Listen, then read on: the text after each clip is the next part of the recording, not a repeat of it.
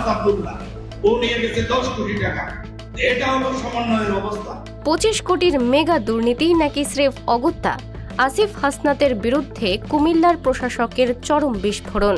Budget আর চুরির পার্থক্য বোঝে না বিএনপি। দুর্নীতির অভিযোগের জবাবে আসিফ মাহমুদের পাল্টা হুঙ্কার। বিএনপি কিছু শিক্ষিত লোকদেরকে প্রশাসক হিসেবে বসানো দরকার ছিল সারা দেশে। বৈষম্য বিরোধীদের হাতে কি চরম বৈষম্য? ফাঁস হওয়া ফোন আলাপ আর 25 কোটির দড়ি টানাটানিতে কাঁপছে রাজনীতি।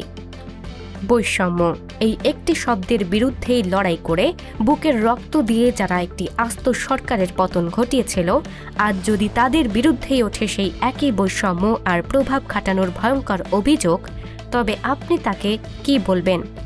রাজনীতির দাবার বোর্ডে এবার শুরু হয়েছে এক নতুন স্নায়ুযুদ্ধ, যে যুদ্ধের একদিকে রয়েছে জুলাই অভ্যুত্থানের অন্যতম রূপকার সাবেক উপদেষ্টা ও এনসিপির শীর্ষ নেতা আসিফ মাহমুদ এবং হাসনাত আব্দুল্লাহ, আর অন্যদিকে রয়েছেন কুমিল্লা জেলা পরিষদের প্রশাসক মোস্তাক মিয়া। অভিযোগের অঙ্কটা ছোটখাটো নয়, একেবারে 25 কোটি টাকা। জেলা প্রশাসকের সরাসরি অভিযোগ, অন্তর্বর্তী সরকারের প্রভাব খাটিয়ে অস্বাভাবিক বরাদ্দ হিসেবে এই 25 কোটি টাকা নিজেদের উপজেলার জন্য নিয়ে গেছেন আসিফ এবং হাসনাত। কিন্তু গল্পের আসল থ্রিলার শুরু এখানেই। এই অভিযোগ ওঠার পরপরই সোশ্যাল মিডিয়ায় ফাঁস হয়ে যায় একটি গোপন ফোন আলাপ। বেরিয়ে আসে টেন্ডারের সরকারি নথি, আর এনসিপি নেতাদের পাল্টা তোপের মুখে আক্ষরিক অর্থেই কাঠগোড়ায় দাঁড়াতে হয় খোদ অভিযোগকারীকেই। আসিফ মাহমুদ চরম শ্লেষের সাথে প্রশ্ন ছুঁড়ে দিয়েছেন, বাজেট বরাদ্দ আর টাকা চুরি করার পার্থক্যই যারা বোঝে না, তাদের প্রশাসক বানিয়েছে বিএনপি। কি ঘটেছিল কুমিল্লায়? কে বলছে সত্য আর কে লুকাচ্ছে তথ্য? আসুন 25 কোটি টাকার এই মেগা পলিটিক্যাল থ্রিলারের নিখুঁত ময়নাতদন্ত করি। ঘটনার সূত্রপাত গত শনিবার কুমিল্লা শিল্পকলা একাডেমিতে আয়োজিত একটি অনুষ্ঠান। সেই অনুষ্ঠানে বক্তব্য দিতে ওঠে কুমিল্লা জেলা পরিষদের প্রশাসক মোস্তাক মিয়া এমন এক মেগাটন বিস্ফোরণ ঘটান, যা মুহূর্তেই ঝড় তোলে সারা দেশের রাজনীতিতে। তিনি সরাসরি অভিযোগের আঙুল তোলেন এনসিপির মুখপাত্র সাবেক উপদেষ্টা আসিফ মাহমুদ এবং এনসিপির দক্ষিণাঞ্চলের মুখ্য সংগঠক হাসনাত আব্দুল্লাহর দিকে। প্রশাসকের অভিযোগটি অত্যন্ত সুনির্দিষ্ট। তিনি বলেন, অন্তর্বর্তী সরকারের উপদেষ্টা থাকাকালে আসিফ মাহমুদ তার নিজ উপজেলা মুরাদনগরের জন্য নিয়ে গেছেন 15 কোটি টাকা, আর হাসনাত আব্দুল্লাহ সমন্বয়ক পরিচয়ে তার উপজেলা দেবিদ্বারের জন্য নিয়েছেন 10 কোটি টাকা। অথচ তখন হাসনাত কোনো সংসদ সদস্যও ছিলেন না। তিনি অত্যন্ত ক্ষোভের সাথে দাবি করেন, এই 25 কোটি টাকা কোনো সাধারণ বরাদ্দ ছিল না, এটি ছিল জেলা পরিষদের নিজস্ব রাজস্ব খাতের টাকা। প্রভাব খাটিয়ে এই অস্বাভাবিক বরাদ্দ ছিনিয়ে নেওয়া হয়েছে। হাসনাত আব্দুল্লাহ, ও নিয়ে গেছে 10 কোটি টাকা। এটা হলো সমন্বয়ের অবস্থা।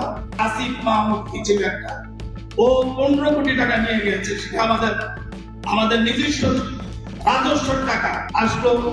আপনার অন্তর্বর্তী সরকার, এই সরকার, ওদের একটা চরিত্র ছিল, ওদের মধ্যে সমন্বয়ের নামে, তাহলে আপনার সমন্বয়ের নামে লুটপাট করেছে বিভিন্ন জায়গায়। তারা হেন কোনো কাম নেই, আকাম নেই, করে নাই। একমাত্র আমার জেলা পরিষদ থেকে মুরাদনগরে যে আসিফ মাহমুদ কি ছিল একটা, ও 15 কোটি টাকা নিয়ে গেছে, সেটা আমাদের নিজস্ব রাজস্ব টাকা 15 কোটি টাকা। আর একজন হাসনাত আব্দুল্লাহ, ও নিয়ে গেছে 10 কোটি টাকা। এটা হলো সমন্বয়ের। এই চরম বিস্ফোরক অভিযোগের পর রাজনৈতিক মহলে যখন তোলপাড় শুরু হলো, ঠিক তখনই এনসিপির তরফ থেকে এলো এক অবিশ্বাস্য পাল্টা আক্রমণ।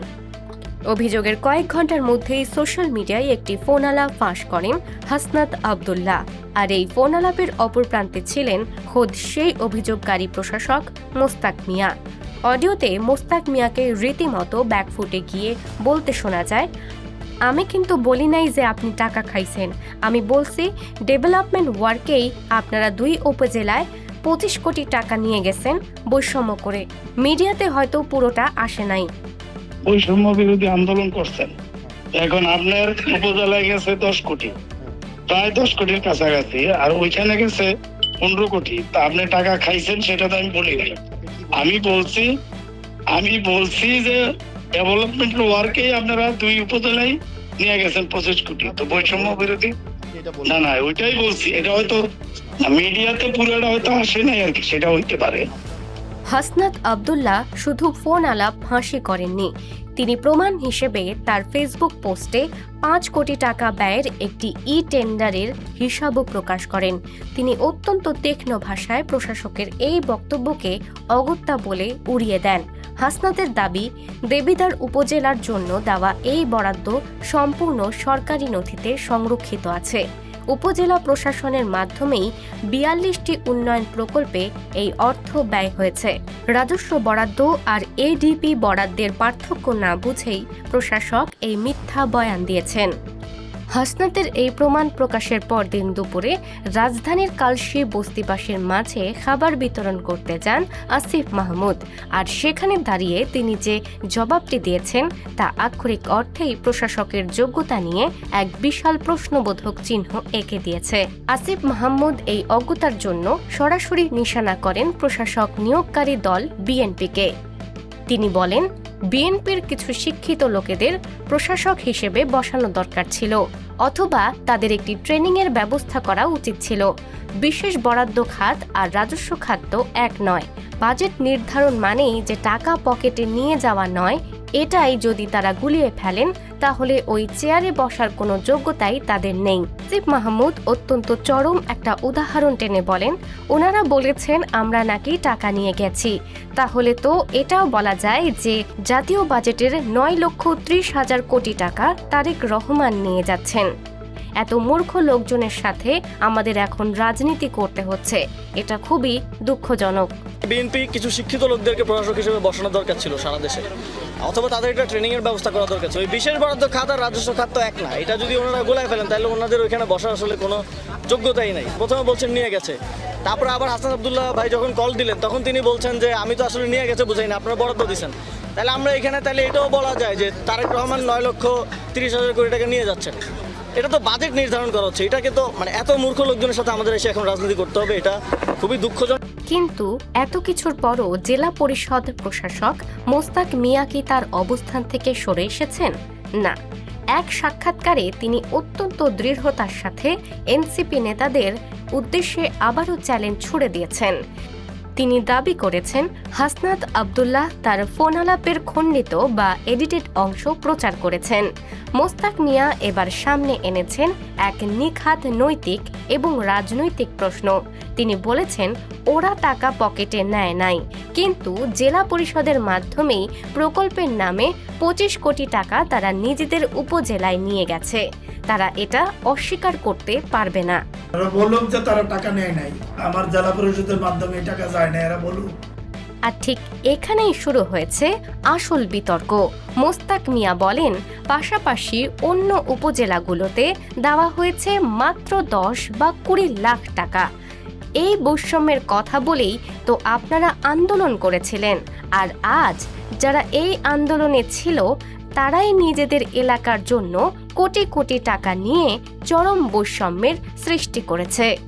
এটি এখন আর শুধু 25 কোটি টাকার হিসেবের মধ্যে সীমাবদ্ধ নেই, এটি এখন পরিণত হয়েছে নতুন বনাম পুরনো রাজনীতির এক ভয়ঙ্কর স্নায়ুযুদ্ধে।